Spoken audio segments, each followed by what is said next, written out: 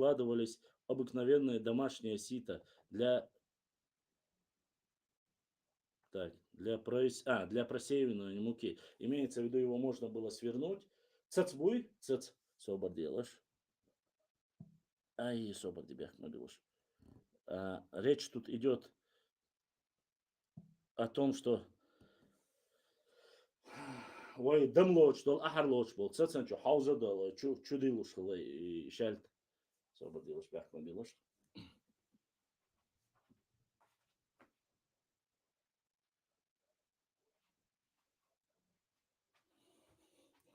Вопросы у нас обычно задают сразу с обоих телефонов, поэтому...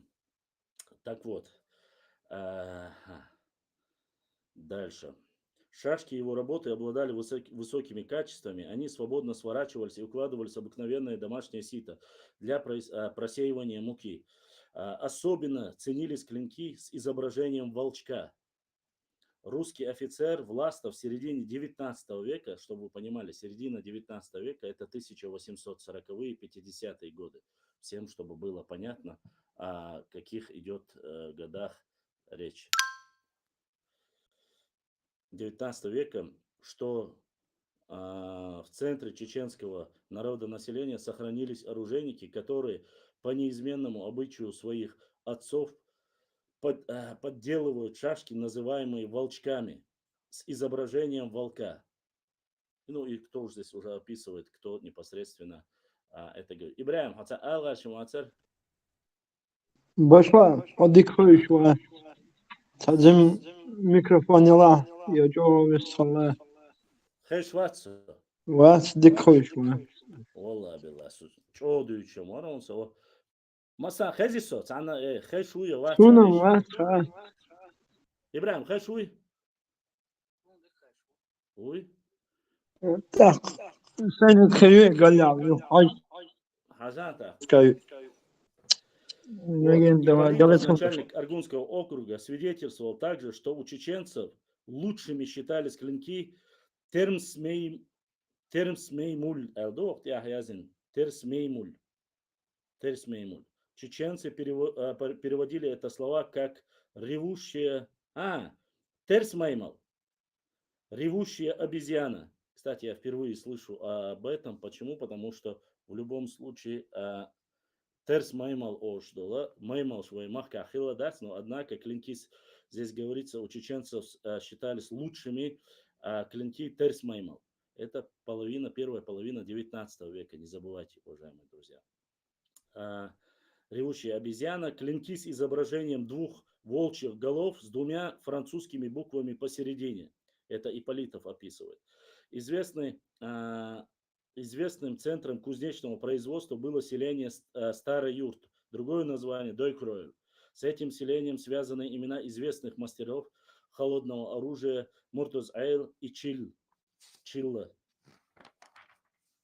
Ну, об этом, конечно же, у нас и в поисках утраченных реликвий мы там тоже, конечно же, зачитаем непосредственно, поэтому сейчас мы знакомим вас с книгой, которую непосредственно подарили наши братья-адыги. Ибраим, YouTube халма латини?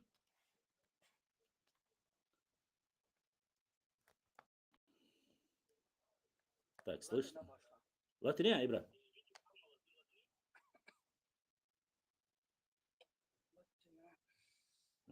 Салам алейкум. Пес, вома, я слышен? Ибраим, YouTube чуа больше, масан хези цехез хата?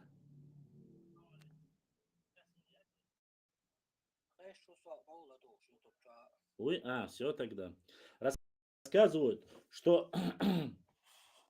Рассказывают, что кабардинский князь Давлет-Гирей, участвовавший вместе с нахчийцами в строительстве Дойкер-Ойла, хотел дать аулу свое... Смотрите.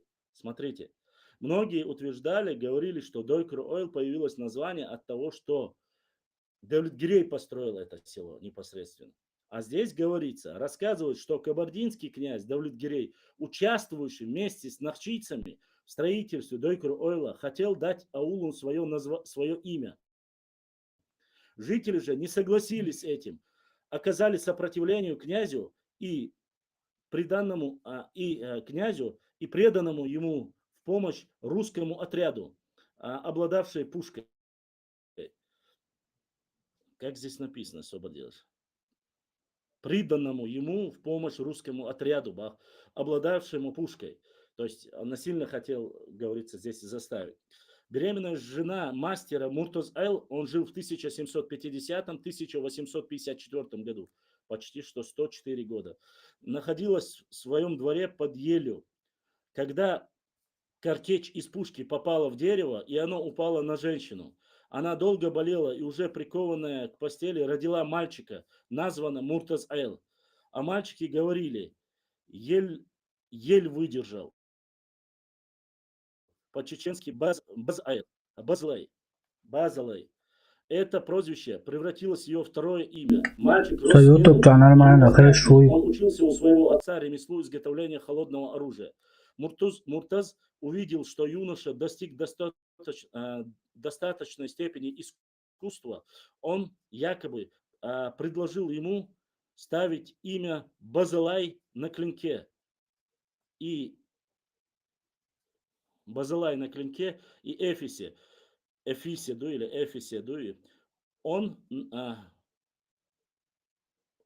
столько ошибок в этой книге. Он ставил свое имя впоследствии только на клинке. Об этом свидетельствуют старики селения, имевшие такие кинжалы. В 1944 году во время выселения чеченцев все это оружие было конфисковано. В селении проживали еще один мастер, Бейт Мурза, который, чтобы придать своим изделиям большую ценность, выбивал на своих клинках имя Базалая. Его подделки были выявлены, когда он из недовольных покупателей принес клинок работы Бейт Мурзы настоящему Базалаю, и тот не признал его своим изделием. Бейт Мурз был также мастером огнестрельного оружия, чьи оружия пользовались спросом у горцев. В 1820 году по версии Басханова, в холодный месяц зимы, который у чеченцев назывался Чилла, у Базалая родился сын. Его назвали Чилла. По чеченскому поверью, мальчик, родившийся в этот период, должен быть храбрым, стойким, знаменитым, уважаемым, настоящим джигитом. Чилла научился ремеслу у отца, то есть передавалось вот это оружейное дело от отца к сыну. Сначала он работал по заказу ограниченного круга лиц и не подписывал оружие своим именем. Кроме клинков, он изготавливал серебряные рукоятки и ножны, украшая их навчийским орнаментом. Головку рукоятки он нередко делал в форме открытой пасти льва или волка, чеченские символы храбрости.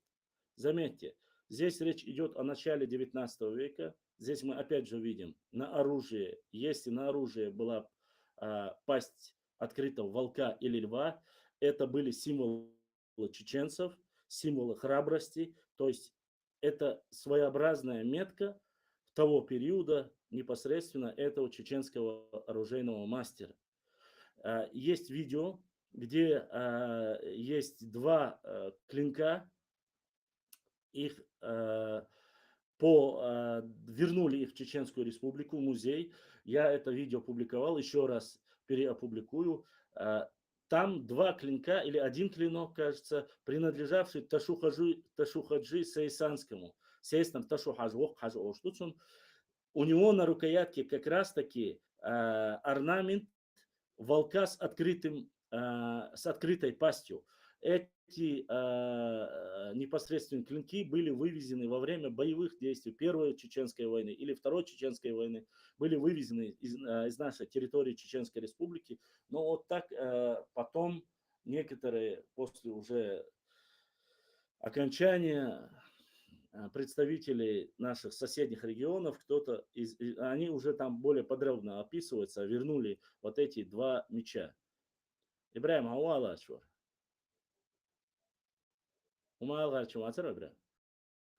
Ага. Чилла имел брата. Не заметьте, что все из этих перечисленных от отца к сыну, вот так передается. Чилла имел брата Махма. также мастера холодного оружия. Когда умер их отец, Чилла для увековечения его памяти стал подписывать клинок не только своим именем, но именем отца Базалай Чилли. Иса Басханов со слов Чилла рассказывал, что слово Базалай, впоследствии приобрело в народе значение высшей марки стали. Высшей марки стали. В горах шла молва о том, что Базалай сталь лучшая из всех сталей. Изделия Чилла получили также очень высокую оценку. Его сталь в народе называлась Чилла Болт, то есть лучшая сталь Чилли. Однако ни Базалай, ни Чилли не производили выплавку стали. Они получали готовую сталь от русских и чеченцев, производивших ее из Дамаска. Выковывали из нее изделия и особым образом закаливали. Эта закалка и придавала стали особое качество. Ну, для всех любителей и знатоков, надеюсь, знают, да, что такое непосредственно дамасская сталь. Вот. Дальше. По рассказу внука Чиллы, годы жизни мастера 1860-1910. Он был уже известным клиночником. Когда примерно в 1890-93 годах переехал во Владикавказ по совету одного офицера осетина, для которого он изготовил шашку и кинжал. Во Владикавказе Чилла открыл небольшую мастерскую и вскоре приобрел известность, особенно среди офицеров. Он выполнял заказы военных и гражданских лиц Владикавказа, Тифлиса, Петербурга. Заметьте, что это время, когда столицей был Петербург, а второй столицей на Кавказе был Тифлис. Владикавказ, Тифлис, Петербург. Одни из самых главных столиц того периода. И чтобы люди не задавали вопрос, что он там делал офицером, там, осетинским офицером или против там российским офицерам переехал. Хочу сразу, чтобы было понятно. Речь идет о конце 19 века. Это уже конец 19 века, уже после окончания Кавказской войны, далеко после Кавказской войны. Он и родился-то сам в 1860 году, чтобы было понятно. То есть в 1859 году имам Шамиль попал в плен. В плен попал или сдался, я не знаю, это уже вы сами выбираете. Вот, это уже после этих периодов. Конец вот, во Владикавказе, в Тифлисе и Санкт-Петербурге. То есть настолько хороши и качественно было оружие Чиллы, представителя Нохчи народа. Вот. Он выполнял заказы военных и гражданских лиц Владикавказ, Тифлис, Петербург. Чилли, единственного мастера-оружейника, упомянул в очерках кустарных промыслов в Тверской области Вертепов, отметивший, что во Владикавказе известен некий Чилла, кинжалы которого с вороненным лезвием обладают необычным высоким достоинствами, однако малодоступны по цене от 15 до 25 рублей, и поэтому не находит себе широкого сбыта. То есть высокого качества, само собой, непосредственно, как говорится, стоит тоже дорого для того периода. Известно, что Чилла подарил шашку и кинжал начальнику Терской области генерал-лейтенанту Казанову. Затем такой же комплект он изготовил для наместника Кавказа Воронцова-Дашкова и потом для Николая II. Чтобы было понятно, речь идет о российском императоре. Еще раз, я понимаю, что у нас взгляды наших некоторых представителей очень разнятся, но это уже, грубо говоря, время, когда Кавказская война закончилась. Вот. Я, честно сказать, не знал вот этого материала, что для Николая II непосредственно делал Чилла оружие. За высокое качество работы он получил и награду от начальника Терской области позолоченный чайный сервиз и право ношения огнестрельного оружия. от Воронцова-Дашкова золотой медальон с цепью. И наш брат Адлан задонатил. Адлан дал свою донат, дал дуквахуэл в этот священный месяц Рамадан. Особенно хочу поблагодарить всех, кто поддерживает, донатит и помогает. Дал саадуэл будистек эзашка. Золотой медальон с цепью. От Николая II золотые швейцарские часы с надписью известному кавказскому мастеру по изготовлению холодного оружия Чилли Муртазалиеву. Все документы на эти подарки невестка Чилли и его внук уничтожили в 1937 году. Младший брат Чилли, мастер Махма, работал в селении Старый Юрт. Сын Абдулла также был мастером холодного оружия, но после революции эту профессию оставил. Умер в 1960 году. В собраниях разных музеев встречаются клинки кинжалов, подписанные по-русски Чилли. Иногда это же имя передано и арабской графикой. Встречаются и подписи Базалай Чилли. Вот такое, чтобы было понятно. Здесь есть, конечно, и рисунок. Здесь можно ли показать, я не знаю. Давайте я постараюсь показать вам. Ибрахим, алга чамацар.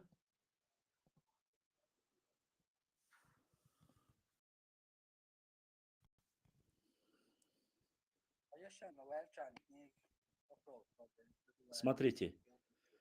Чилла, как на арабском писали. Вот.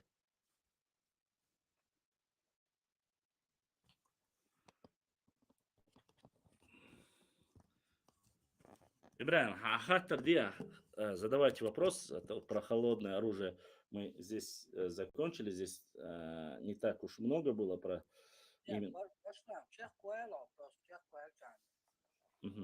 Нет, здесь я уже про холодное оружие закончил. Есть дальше, конечно же,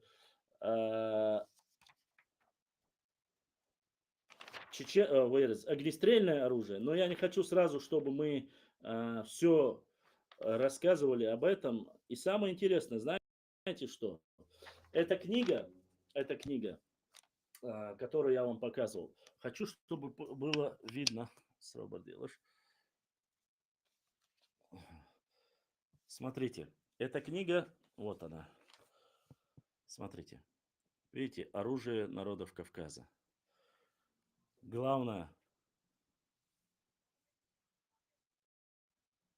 Вот. Смотрите.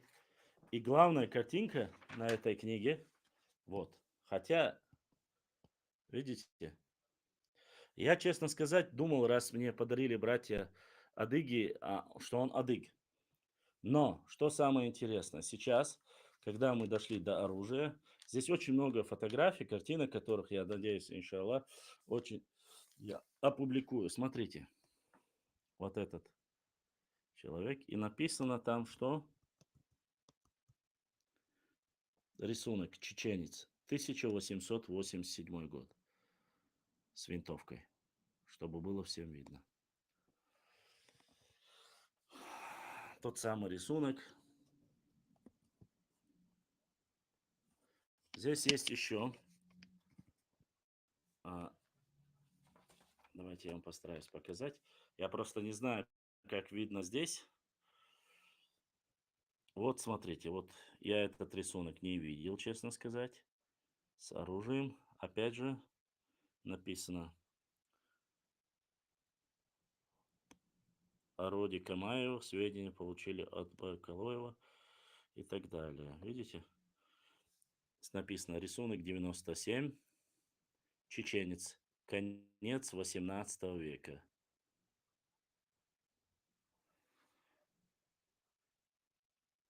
Хасбулат. Тоже. То есть здесь в основном, как мы видим, работы представителей нашего народа. Что я хотел рассказать? Что не все, конечно же, материал весь я хочу... Так, сейчас.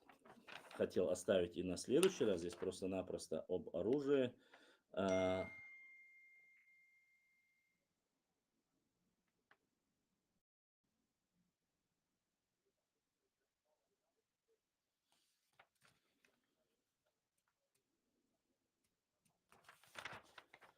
Вот. Ну, в принципе, давайте на следующий раз оставим об огнестрельном оружии. Просто, если вы, конечно, хотите, можно и сразу ответить на вопросы. Здесь у нас еще, подождите.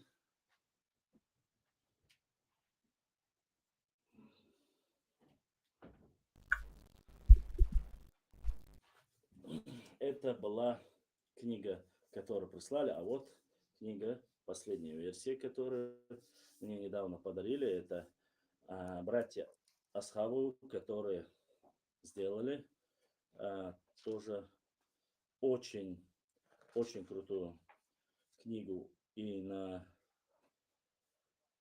русском языке, и на английском с переводом. Сейчас я хочу посмотреть от Чилла, что здесь есть.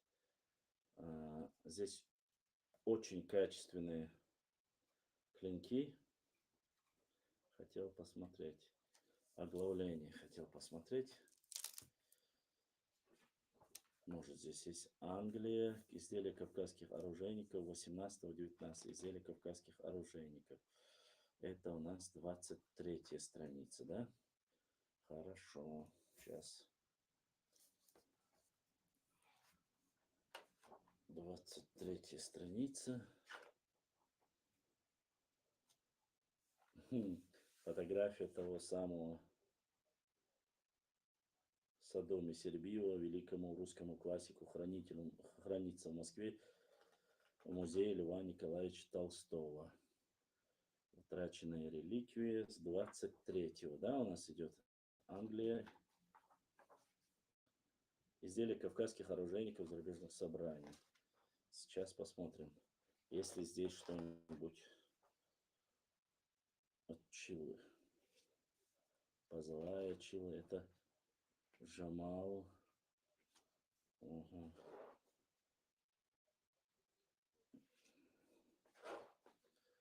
Его нужно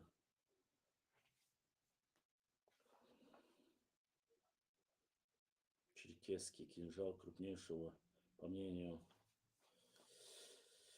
черкесский кинжал, по мнению крупнейшего ученого, исследователя кавказского восточного оружия. Клинок изготовлен в первой половине 18 века. Как раз таки оттуда и есть.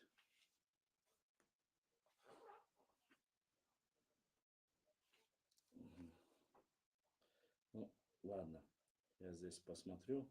Осман есть. Здесь многие клинки. Всех показывать и времени не хватит. Потом по отдельности по этому вопросу посмотрим. Вот. Ладно, задавайте вопросы, если у вас есть вопросы.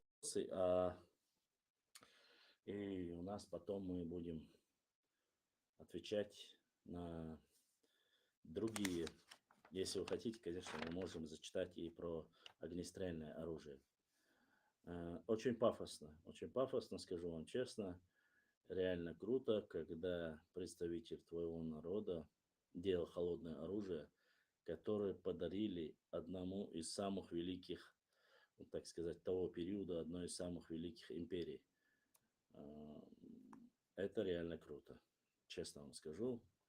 Здесь указываются атагинские мастера, Дергар мастера, Дойкуройлер мастера. Это, конечно же, говорит, что столицей не скажу, но одними из лучших были мастера у нас.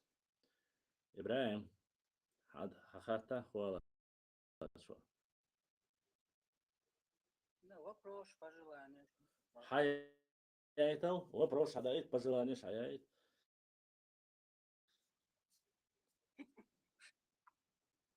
Адлайн, ассаламу алейкум, сам ваш.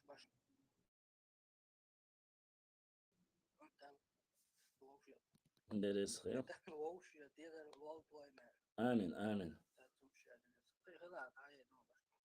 Худа яла? Дальше продолжать. Все, понял. Если вдруг вопросы еще будут. Здесь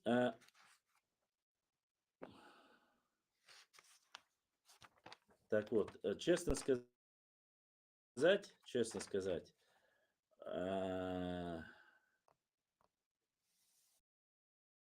давайте, раз пока у вас нет вопросов, никто больше не заходит в прямой эфир, чтобы задать вопросы, давайте мы можем продолжить дальше.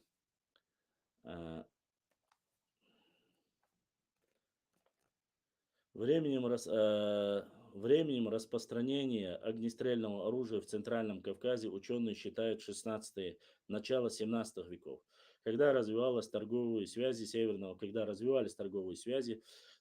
Кавказа. Северного Кавказа с Крымом, Турцией, Закавказьем. Оттуда шли разнообразные товары, в том числе и дорогое оружие. По-видимому, сюда проникали турецкие и крымские ружья. Доказательством появления огнестрельного оружия в этот период служит особенность архитектуры боевых башен, датируемой середины XVI.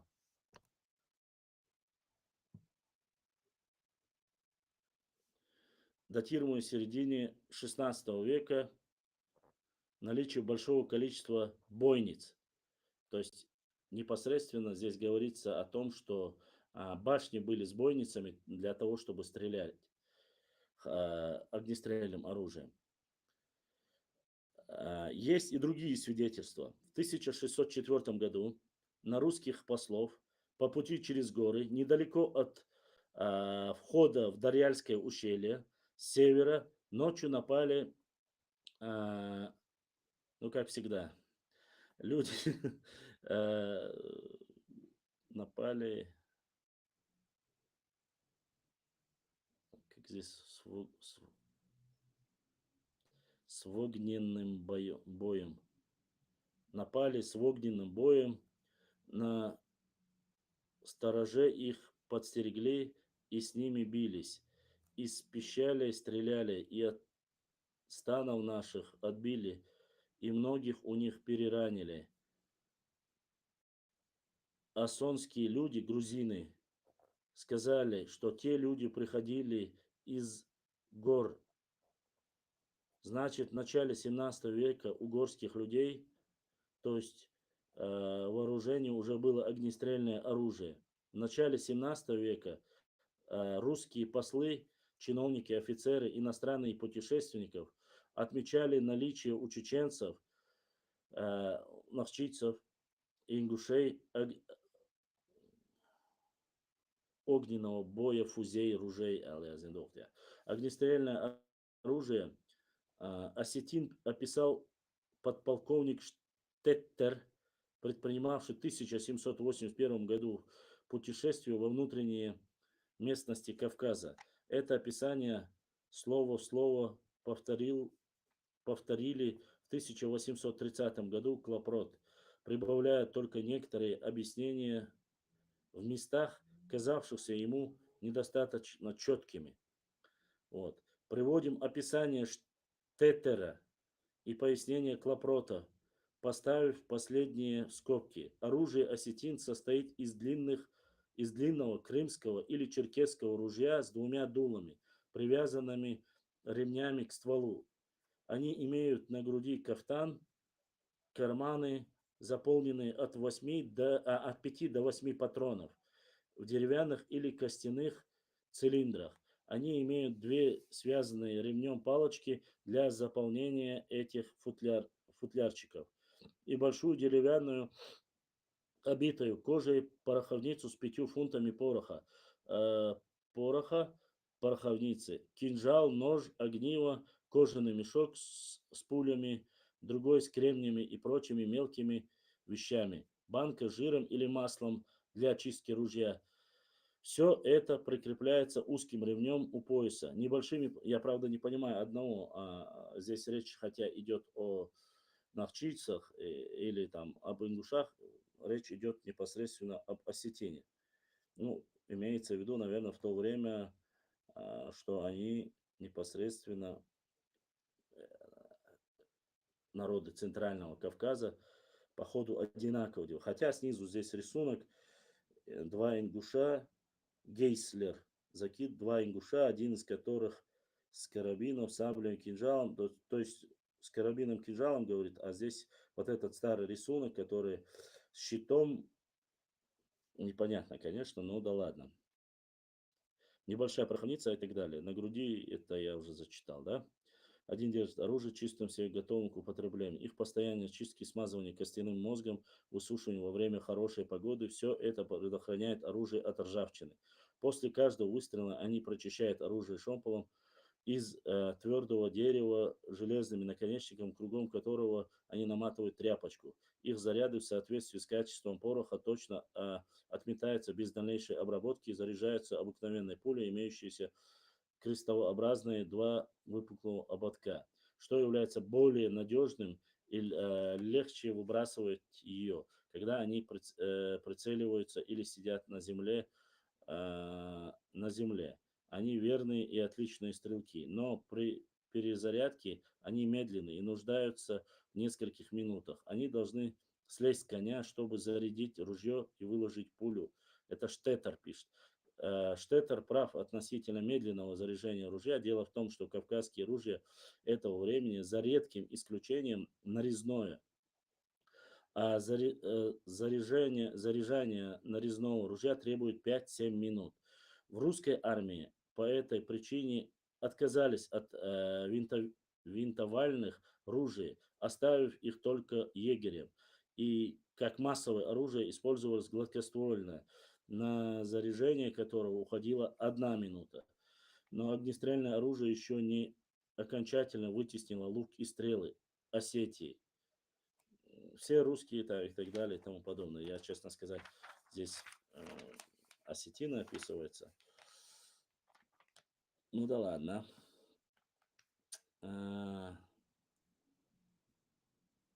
Что здесь еще? Что поделаешь?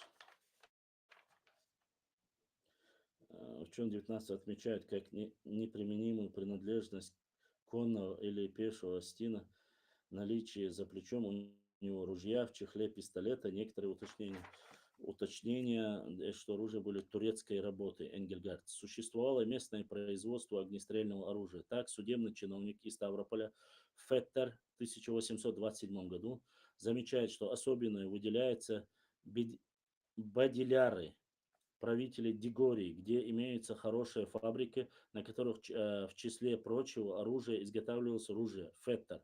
В оружейной палате Московского Кремля хранится ружье 17 века работы мастера оружейной работы Романа Камаева. Фамилия Камаев осетинская. Род Камаевых до 19 века проживали в Тагаурском обществе, а теперь его представители живут в городе Беслане, Северной Осетии.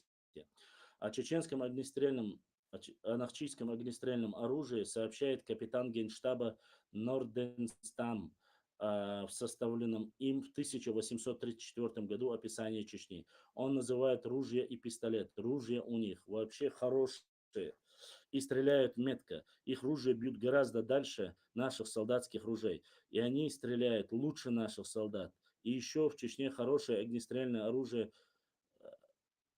и еще в Чечне хорошего огнестрельного оружия не делают, покупают таковые большей частью из Дагестана у кубачинцев, но кубачинские ружья и пистолеты не ценятся. Лучшие ружья крымские и стамбульские, так называемые гаджи Мустафы, которые редки и весьма дорогие. Также ценные старинные европейские ружья, особенно пистолеты. В горах иногда встречаются пистолеты Лазаро Лазарини. Норденстам 1940, 324, 325 страница. Русский офицер Умалат Лаудаев, по происхождению чеченец, приводит еще несколько названий для огнестрельного оружия, свидетельствующих о его происхождении. Из ружей преимущество мажартуап, вероятно, венгерские ценятся. Ценится также оружие, называемые крымские и Бахчисарай. Из пистолета славится виндик или венецианский перинг, или венецианские перинг или французские. Генджи, получившие название от пистолета из Геном Лаудаев. Итак, огнестрельное оружие в значительной части было привозным из Европы, французское, итальянское, из Крыма и Турции. Огнестрельное оружие делалось, конечно, и в самой Чечне. Чахчиев в соответствии с изученными источниками отмечает, что чеченцы, нахчийцы, сами наладили производство сначала фитильного, а затем и кремниевого оружия в башенных поселениях Шикарвай, Карт, Салги, Шуаной. Особенно хорошей репутацией пользовалось оружие, которое изготавливали аухи.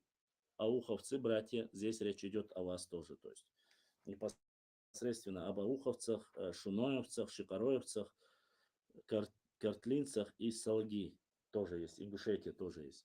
Оружие, которое изготавливались ауховцами. Буцковский писал в 1812 году о владениях Андреевских, Аксаевских, Костюковском. Порох делали сами. Равно и оружие, чем последним, преимущественно аухи, занимаются весьма хорошее, делают ружья. Буцковский пишет об этом. То есть ауховцы делали очень хорошее ружье, пишет. О внешнем виде чеченских ружей чахчиев предлагает судить по рисункам в книгах западноевропейских путешественников, исследователей Гейслера, Потоцкого. Ружья крупнокалиберные, с кремниевыми замками и шампалами. У одного воина ружье находится в меховом чехле, в остальных в руках держит подсошки. Один подсошек был найден в склепе в 17-18 веке вблизи башенного комплекса Эрзи. К сожалению, отсутствие точных признаков, характерных для чеченского оружия, не позволяет нам выделить из коллекции кавказского оружия точно атрибутированного нахчийского. Пожалуй, лишь за исключением одного экземпляра, привезенного экспедицией исторического музея в 1936 года, это мушкетон Туап, по преданию, был подарен деду владельца, происходящему селению Харачуай. Харачуевцы, Масия Александр Маршалду, это тоже про вас. Длина мушкета 70 сантиметров, ствол, 70-сантиметровый ствол стальной длины, 44,8 сантиметров, калибр 4,2 сантиметра.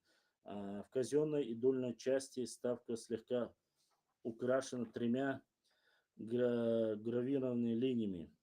Замок черкесского типа. На боковой планке выбито клеймо со значком. Ложе коричневого дерева, приклад ружейного типа, но укороченный, заканчивается узкой петлей из желтой кости. Вокруг приклада перед пятой у спуска у замочной личинки на хвостике имеются небольшие серебряные вкладки с гравированными черными орнаментами, завитками. Имеются 3 широкие серебряные накладки. Украшения гравированными с чернью солярными розетками.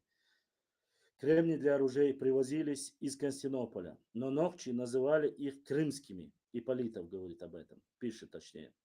В склепах нередко находят свинцовые пули в кожаном мешочке, в кисетах, которые подкреплены к поясам умерших. Диаметр этих пуль 10-13 мм, иногда шаровидные. Крупного калибра пули встречаются в склепах и захоронениях позднесредневекового времени без кистетов и газырки. Свинец для пуль частично добывался на месте. В 1629 году терский конный стрелец,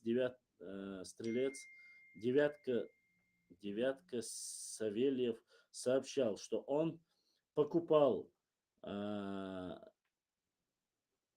чеченских обществе мулкуай, свинец. Сотрудники Чинхуа, я так думал. Или нет? Сотрудники Чиниял обнаружили на окраине башенного поселка Хакмадой заброшенный рудник, где, по свидетельству старожилов, местные ногчи вплоть до 19 века добывали свинец для пуль. Но местного свинца не хватало. Вот что пишет Норденстам. У чеченцев, навчийцев, очень мало пороху, а еще менее свинца.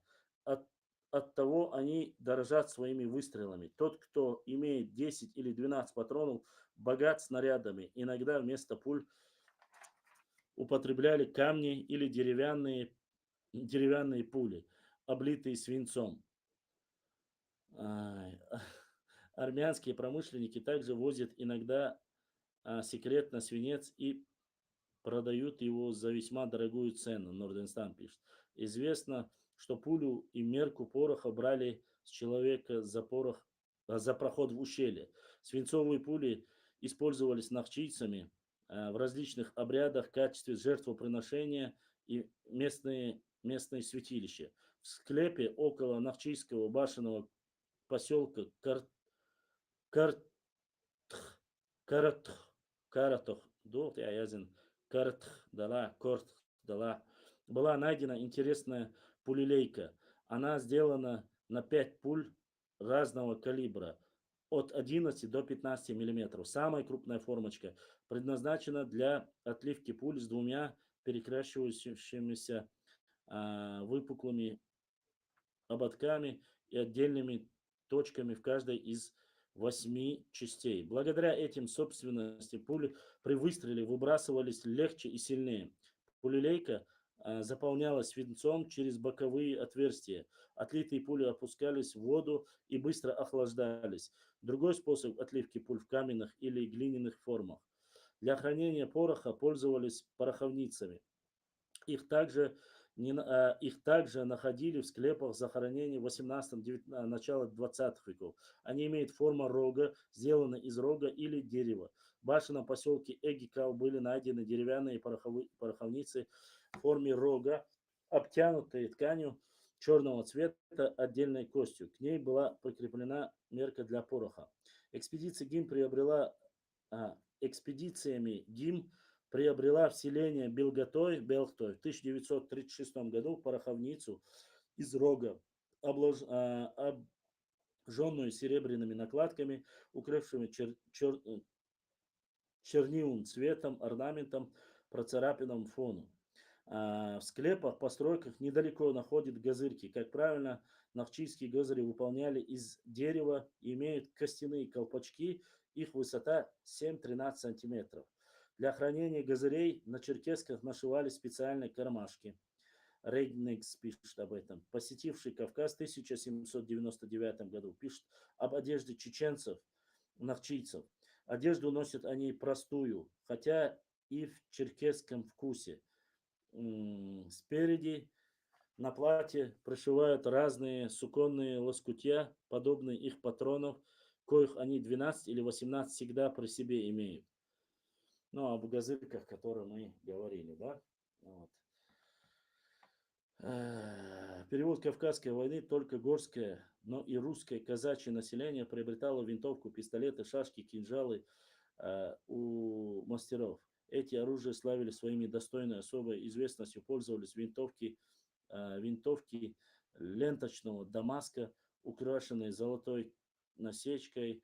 По своей прочности, легкости и силе боя они стояли далеко выше оружия, которым была тогда вооружена русская армия. Это пишет Вертепов. Вот. После введения пистонных, а затем и скорострельных оружей, залитой стали производство в Дагестане, кавказских винтовок пришло в упадок. Вертепов, оружейники Терской занимаются преимущественно починкой старого оружия и сборкой из винтовок частей. Вот, в принципе, если коротко сказать, у мастеров-оружейника обязательно был помощник, обыкновенно его сын-подросток, который проходил обучение у отца и продолжал его ремесло. Если сына не было, мастер брал ученика со стороны. Ученик работал у него 3 года только за еду и одежду. Затем он становился подмастерьем и получал заработок от 12 до 40 рублей, смотря по искусству, от 100 рублей стоимости изготовленного предмета.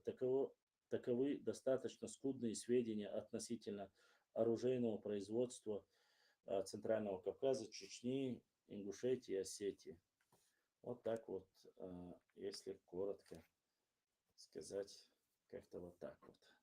Ну вот я знаю, что когда читаешь, поэтому же я пытаюсь не читать в основном. İbrahim, nach Buysiga, Jim olsa.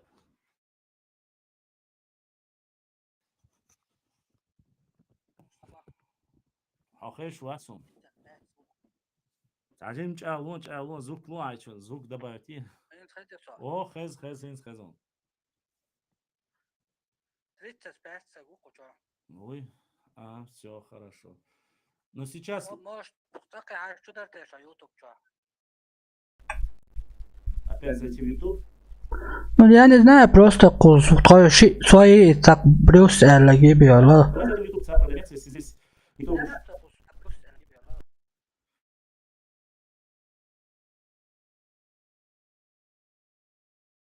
Давайте зайдем в YouTube, мне без разницы, сохраните, да, чуху сарю, ахай, по сохранению. Я просто не знаю, главное, чтобы он не тормозил, зайдем, давайте. Здесь всего-то 4 человека вместе с нами. Это... А? Вот переходите тогда в YouTube, мы давайте продолжим в YouTube на нашей страничке башлам.39 live. Если вопросов нету здесь, перейдем на YouTube. Хотя только я это сказал, начали люди заходить. Это, наверное, из-за того, что я зачитывал сейчас материал про оружейное дело на территории Новчичуя. Очень много интересного, конечно. Может быть, многие прослушали, неинтересно или кому-то не столько сильно нравится тематика, касаемая оружия, но все же мы узнали о оружейных делах, холодного оружия, где производилось в основном, какие центры были.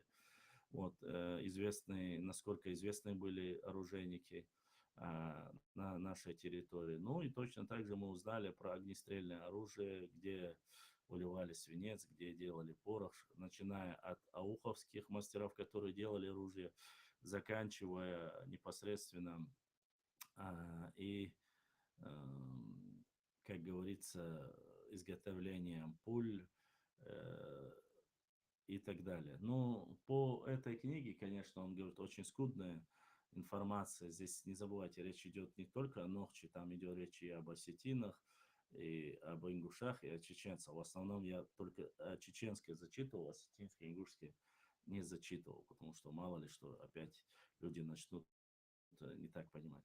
Давайте, я сейчас зайду в YouTube, переходите все туда, здесь как-то тихо, и людям проще будет задавать вопросы.